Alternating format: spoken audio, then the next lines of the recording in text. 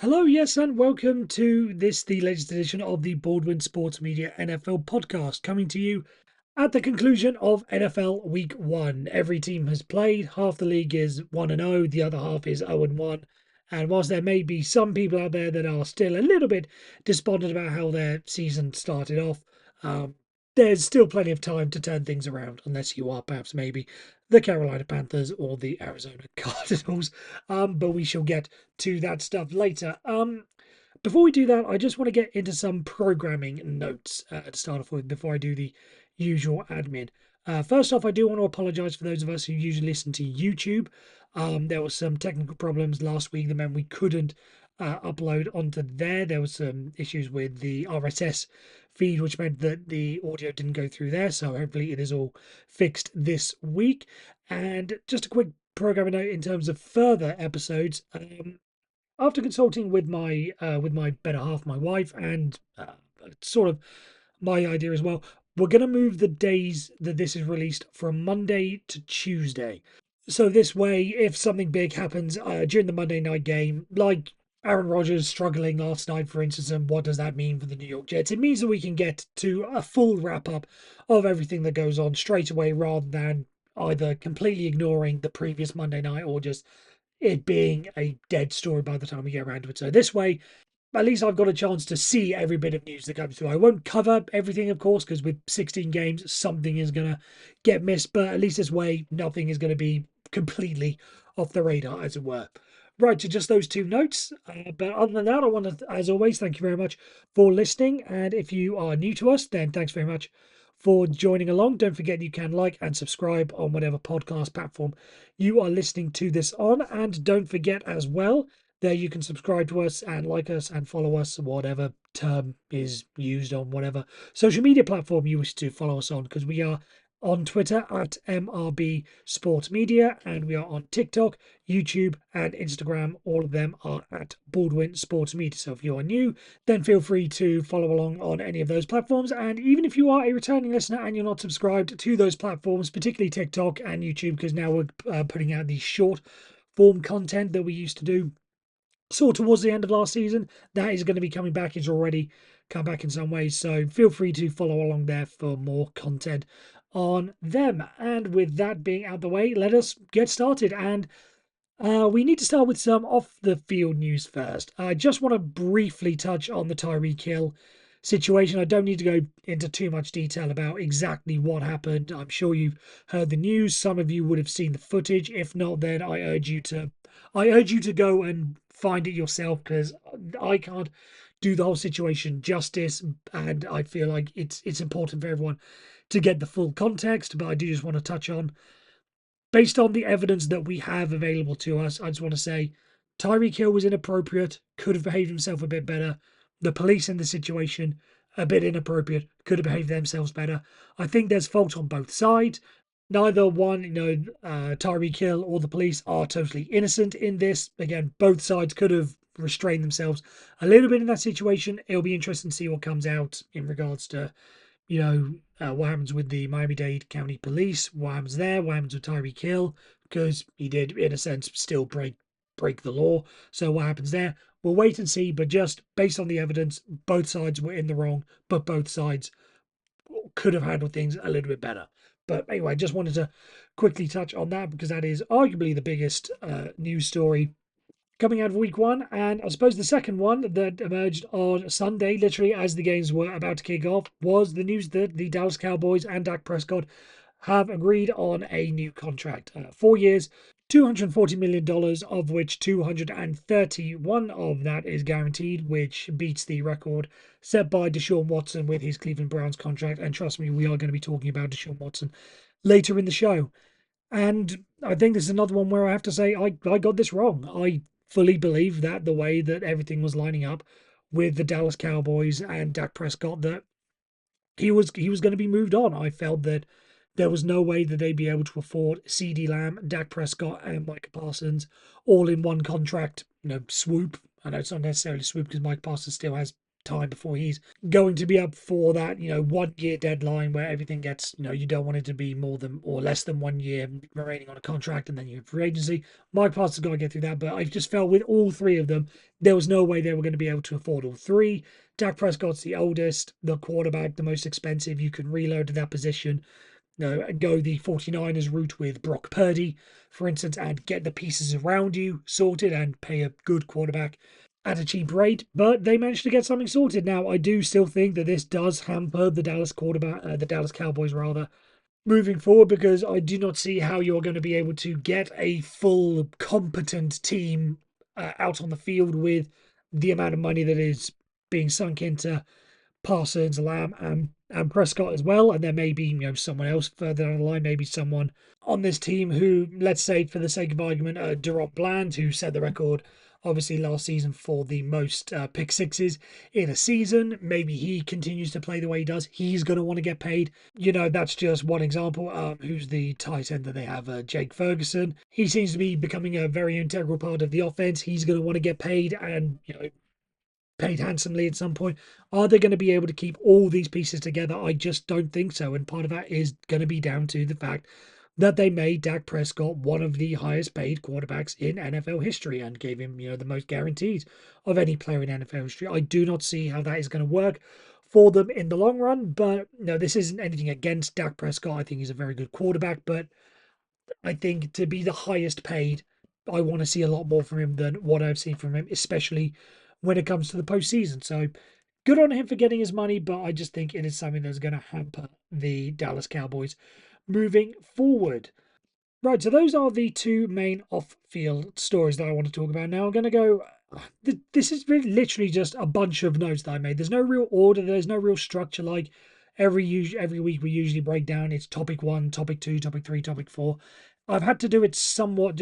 I've literally just in my notes. I've just got it as a quick roundup where I just briefly talk about let's see how many. I think I've got like 6 or 7 subjects here that need to be discussed. So let's start off with one that has changed over the past 24 hours for the obvious reasons. As I mentioned, we are going to be talking about Deshaun Watson. Now, this segment was initially going to start with talking about his play and just how bad he was and whether or not the Cleveland Browns are going to be, starting to regret their decision of trading all those picks and giving up all that money for him, mortgaging the future of the franchise for him when he starts playing like this. But obviously, the news of the past 48 hours has changed the tone of the conversation, shall we say, where he has obviously been accused, he's been sued for further sexual misconduct allegations. I won't get too much into the actual details just because of how sensitive a topic it can be, but I do want to bring up one bit of news that has been coming out as a result of it, which is that Mike Florio of NBC, where I go for the vast majority of my news, has pointed out that there is a chance that if Deshaun Watson concealed this from the Browns, concealed this was all happening from the Browns when they made the trade, when they gave him the contract, there is a chance that the Browns could be able to get out of this contract from him. Because if this is something that wasn't disclosed, because the Browns knew what they were getting in for to an extent with the allegations that were leveled against him during his time with the Houston Texans. But if this is fresh, if this is new, if this is something that Deshaun Watson rather knew about but did not tell them about, this could give them an out to say, we didn't agree to this, you didn't tell us about this, you hid this from us, we can cut you loose. And I don't want to put it in as harsh a term as this. And again, there is a more serious matter at hand when it comes to this topic. But purely from a Cleveland Browns perspective, there must be that little bit in the back of some people's minds that is saying, I hope this is true because it means we can't get rid of him. Because whatever excuses or whatever reasons you wanted to put on Deshaun Watson previously, that fine, he was coming back from his suspension. He was always going to be a bit rusty when he came back from that. So his first season with the Cleveland Browns wasn't exactly the best, shall we say, in terms of performance. Certainly not what we had come to expect from him during his days with the Houston Texans. So if you want to put the first struggles down to that, fine. You've got a reasonable explanation for that. But beyond that, even when he came back at the start of last season, he was playing poorly. And again, you can't use that excuse that he was bad. Again, if you want to do a whole thing of maybe how he started off this season, and again, it's only one game, and I don't want to completely overreact, but if you want to say, okay, he was bad because he was coming back from injury, okay, what happened at the start of last season when he was healthy, when everything was good, he had the full off season to recover? He was still bad then. So maybe it's not injuries, maybe it's not rust, maybe this really is what Deshaun Watson is. And maybe there is, again, I don't want to necessarily accuse him of anything, but what if he's at the stage where he's got his money, he's just going to say, nope, I've got 231 million guaranteed. Why do I have to play over the top and pull everything out of the stops? This money's guaranteed. The Browns were stupid enough to give me all this money on a guaranteed basis. I'm in it for the money. I'm not in it for the fame. If that's no, that is one possible reason. I'm not suggesting it is, but there will be some people who do think like that. Just they are in this game to make money rather than to win Super Bowls. So it's possible that's what it is. But again, going back to the Cleveland Browns, really do need to start making decisions about, is this going to be our future? Do we really want to keep pouring money into this? Whereas if these accusations and this lawsuit comes out to be true and he's found guilty and whatever, and says suspension, whatever, and they can get out from underneath it, I guarantee you they are going to think long and hard about doing exactly that, because there is no way that you can continue to pour the amount of money that they have into someone who has got this bad of a product. So again, I'm sure there are some within the Browns organization that are thinking, I hope he gets suspended. I hope that we can get out of this. So again, two Deshaun Watson topics in one. One certainly a lot more serious than the other, but we shall wait and see what happens on that front. And actually, the talk of Deshaun Watson and his bad play does provide me with a little bit of a good segue to move on to my next topic, which is going to be about Anthony Richardson, who, of course, was a very high draft pick for the Indianapolis Colts. They thought they were going to be able to get him. He was going to be the next big thing, but suffered his injury last season and came back to put in a very good performance. Again, not stellar, but good performance for the Indianapolis Colts in their game against the Houston Texans, a team that many people are very high on. Now, some numbers underwhelming, 9 for 19, and that's a pass completion percentage of 47.4, but 212 yards, nothing to really be sniffed at. 2 touchdowns, again, nothing to be sniffed at, and 6 rushes for 56 yards, averaging 9.3 yards per rush. That's not bad. I always did have my doubts about Anthony Richardson. I just thought that his lack of experience when it came to his time in college always made me think, is he really ready to be developed and ready to go at this next level? He was always going to be, a long-term thing. If the Colts are okay with it being a project rather than an instant starter, then that's fine. But I just felt like, do you really want to draft him that high? Would you rather not be comfortable with seeing if he dropped further and further, or maybe take another one, and not using such a high draft pick on a quarterback like that? But good to see him get back. I think that the NFL is good when there are a lot of good quarterbacks in one division. A lot of people talk about the AFC North and how, at least on paper, it was Deshaun Watson who had the potential to be good, Lamar Jackson, who we know is good, Joe Burrow, who we know is good, and then Russell Wilson again, potential to be good. It feels good when there's a division of good quarterback play. And if you look at the AFC South, Trevor Lawrence, we know what he's got. CJ Stroud, if he continues to do what he's done, he's going to be good.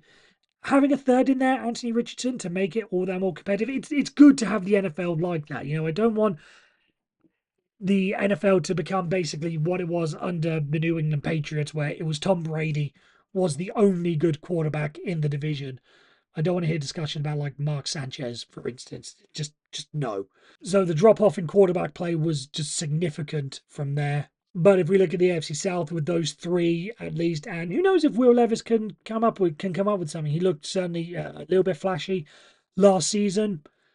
if he can make that a more regular thing, then that's four good quarterbacks in the division. That's a good thing. So I do still have my doubts about Anthony Richardson as a long-term thing, but it did at least show that someone can at least be somewhat productive when coming back from an injury, which Deshaun Watson was not.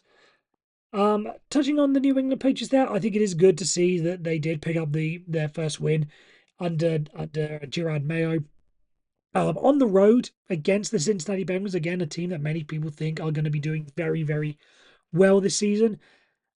Again, I've spoken a lot about the pressure of having to take over from someone that had legendary status within your team. The quarterback after Ben Roethlisberger with the Steelers, after Peyton Manning with the Colts, the quarterback after Tom Brady with the Patriots. Same sort of thing. Even though the last few years with Bill Belichick were not that great in New England, there is still that legacy to uphold.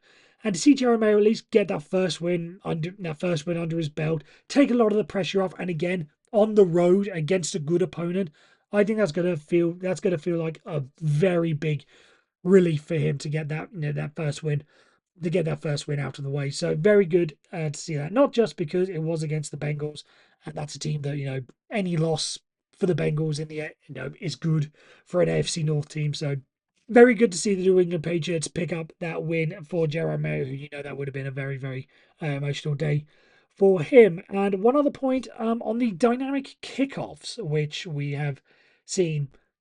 Again, I don't think this was always going to be a perfect marriage. I think it's something that was going to take a while to get sorted. I know, and I discussed this during the preseason, that there was some belief around the league that kickoffs were going to mainly stay the same because, in preseason at least, teams didn't want to give away what their return strategy was, and if they had any trick plays up their sleeve, they're not going to give it away in preseason, so they'd have to save for the regular season or the playoffs.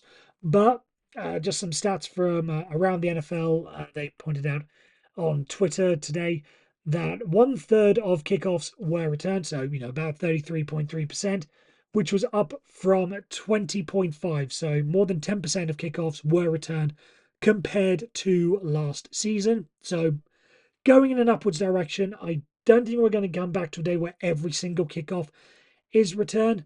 But so long as we get that little bit more excitement and the greater potential for a play to happen, like we saw in the Arizona Cardinals game where someone did take it back for a touchdown, just to see them come back into the game is always going to be a good thing.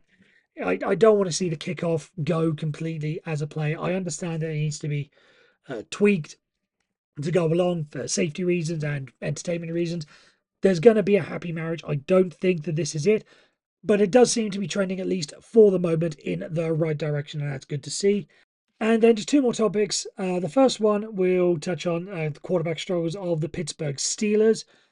Now, obviously, again, this is a topic that is very, very close to my heart, and it's a very, very weird situation in Steelers Town. I can tell you that now. Just listening to listening and reading the local media and just talking to fans around the city.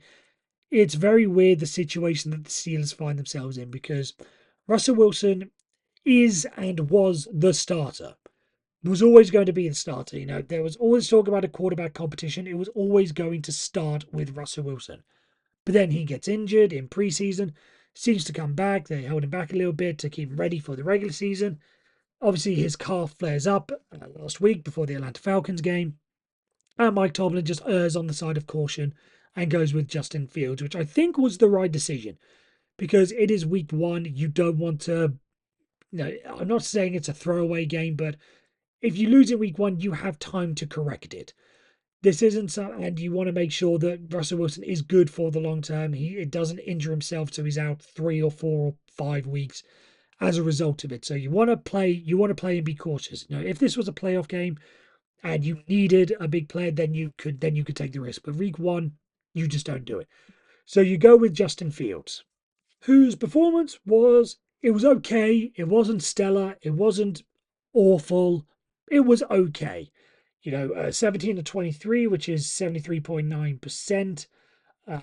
No touchdowns, no interceptions, quarterback rating of 91.9 and 156 passing yards. Again, not great. A couple of bad snaps, couple of wrong plays in here or there, whatever. I don't want people to say that, oh, just because he won, he has to be the starter. Now, Mike Tomlin did say in his press conference today that they are trending towards and they are practicing as if Justin Fields is the starter for the game against the Denver Broncos this week, which you have to imagine just irks Russell Wilson just a little bit because there's obviously the revenge game factor in there, and I'm sure he would want to play.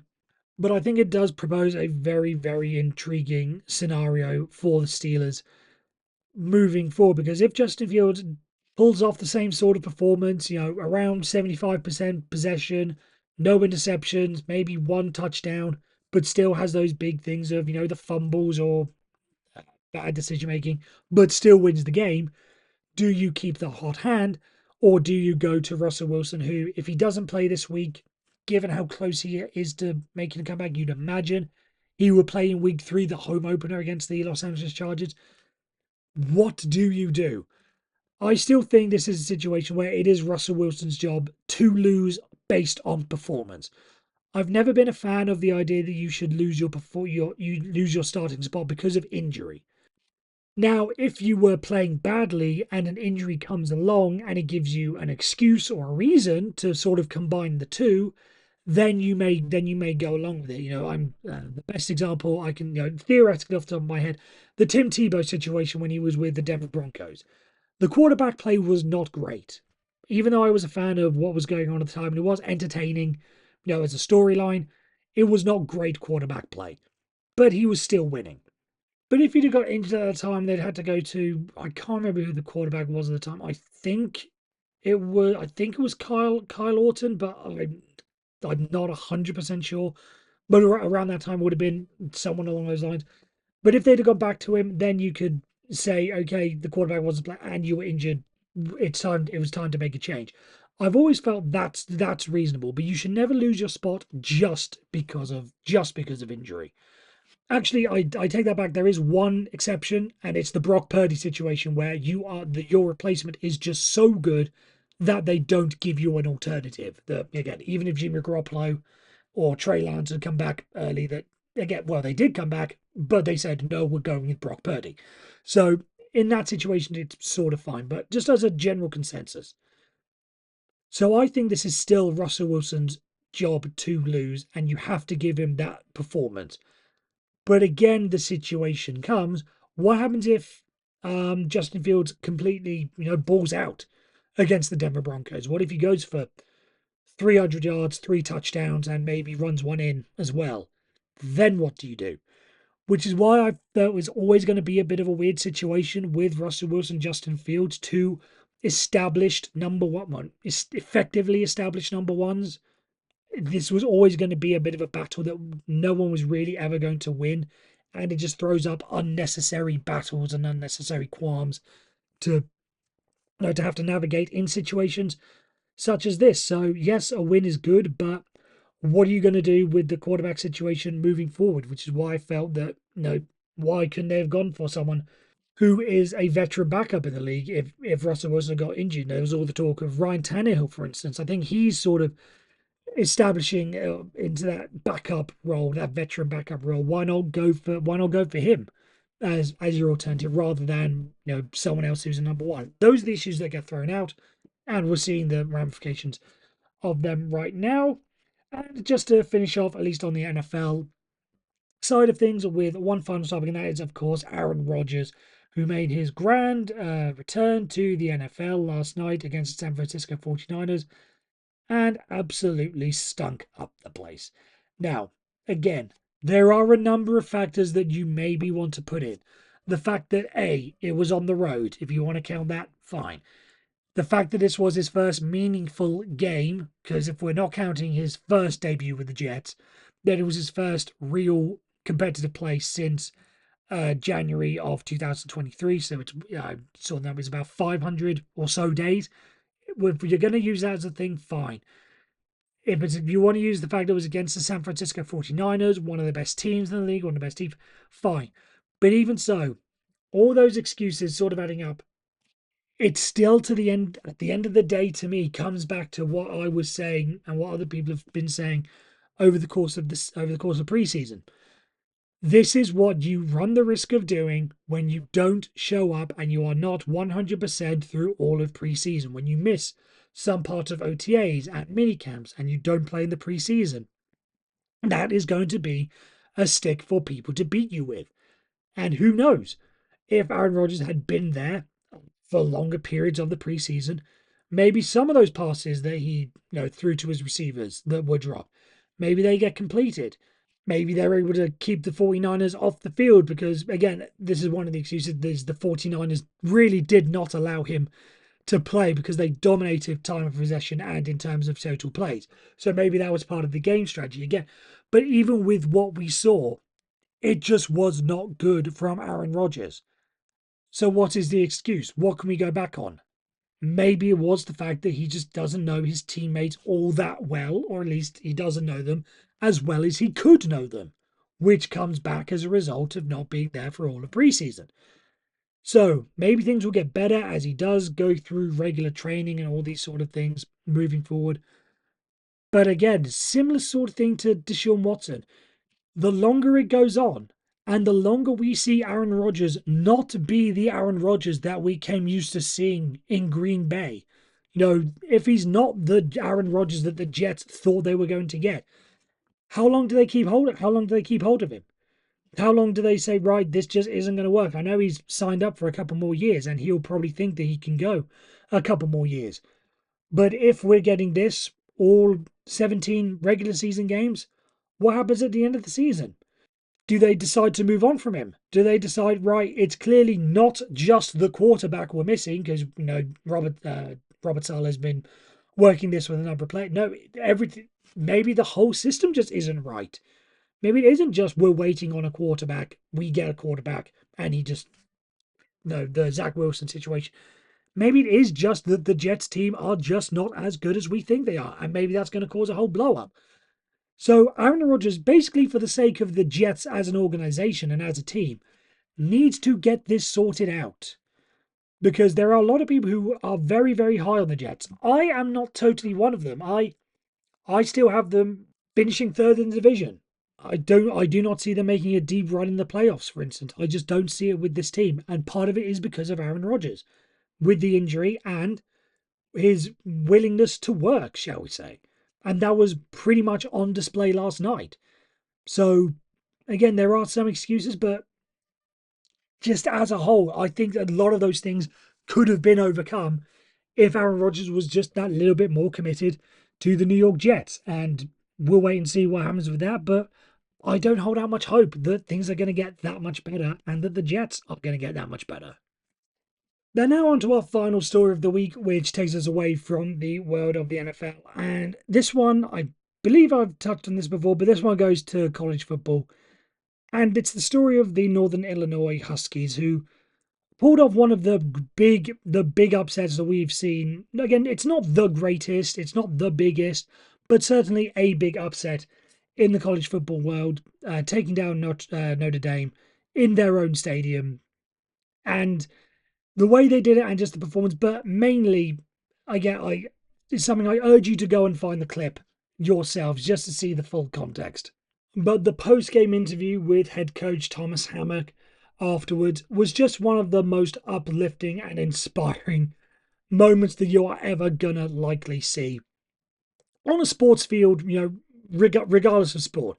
Just the emotion that he had and the story and what he was saying to his players afterwards and before. It's just absolutely sensational. And it's one of those moments, even if you are a Notre Dame fan, you probably just have that little bit in your heart that says, yeah, I don't mind loss because this is such a great story. Again, for Thomas Hammock, who, for the record, has a losing record as a head coach with NIU, who are not necessarily the biggest school in the land, but for them to pull off the upset like that against, I believe they were ranked fifth going into the game with Notre Dame. To go and do that in their stadium under the circumstances was absolutely sensational. And it's one of these things where Notre Dame paid NIU money to play the game because they needed for the schedule, and they figured, oh, this is going to be a win, so we could pad out our record. As well, they paid 1.4 million to play the game, according to the USA Today. They paid money for that game to happen, and then they go and lose it. So that's just how much, Notre Dame, to an effect, disrespected NIU, and they went and pulled it off. But again, it's not so much the game, it's not so much the result, it's the speech afterwards. Just go and find it out. It's absolutely brilliant, and one of those moments that really makes you think, yeah, sports is a force for good when moments like that come out of it. So that's really the end of that, and that is the end of our show. I want to thank you very much for listening in once again. Don't forget you can like and subscribe on whatever podcast platform you are listening to, and don't forget to reach out on our social medias as well, which is at MRB Sports Media on Twitter, and on TikTok, YouTube, and Instagram we are at Baldwin Sports Media. So reach out to us on there as well. So if you are listening new or old, then feel free to reach out on those platforms and see if there's any other content out there that you might like. So until next week, where again I'll be coming to you on a Tuesday, so Tuesday evening / Wednesday morning, depending on when you usually listen to the show. That's when it'll be coming out. So until next week, take care, and I hope you guys have a fun week 2 of the NFL season. Take care.